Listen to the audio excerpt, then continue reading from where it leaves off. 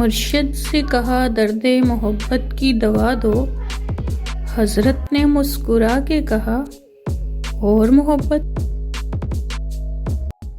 مرشد کسے کہتے ہیں؟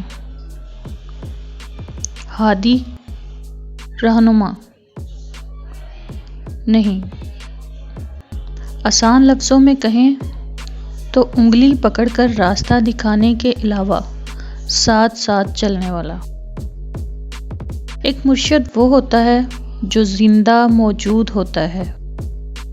دوسرے لفظوں میں آپ کہہ سکتے ہیں کہ دینی رہنماؤں، حضرت جی، مولانا، جید علماء کرام کے لیے مرشد کی اصطلاح کو ایک منٹ کے لیے ایک طرف رکھ کے سوچیں کہ کچھ مرشد ہمارے درمیان بھی موجود ہوتے ہیں جنہیں ولی اللہ کہا جاتا ہے، لیکن عموماً ان کا علم، ان کی ولایت کے جھنڈے ان کے مرنے کے بعد گاڑے جاتے ہیں۔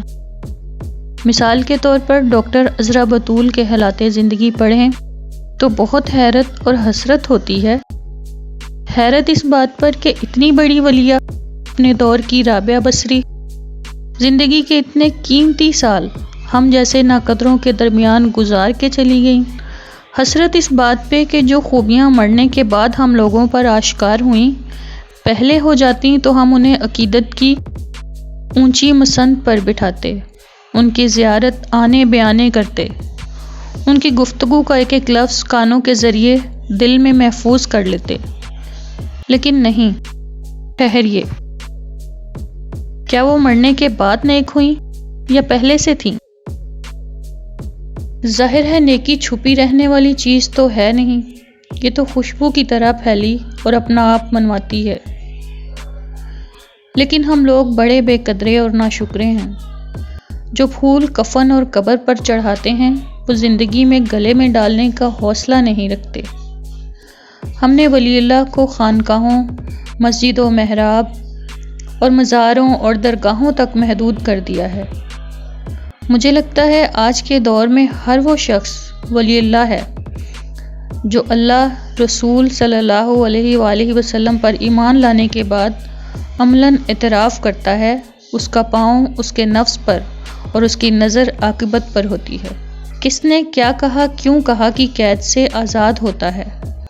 بازار میں خریداری کرتے کرتے نماز کا وقت ہو جائے تو نماز کی ادائیگی کا دھیان، اللہ سے دوستی ہی تو ہے۔ حرام کے راستے چاروں جانب کھلے ہوئے، حلال کو ایک ہی راستہ جاتا ہے، تنگی اور مشقتوں کا، لیکن چلنے والا ولی اللہ ہی تو ہے۔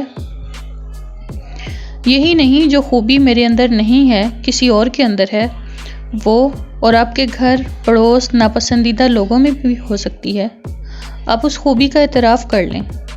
تنقید، نکتہ چینی، مایوسی کی بجائے کسی کی شخصیت کی اچھائی کا اعتراف بھی تو ولایت ہے، بس اس میں ہمت، حوصلے کی وافر مقدار چاہیے۔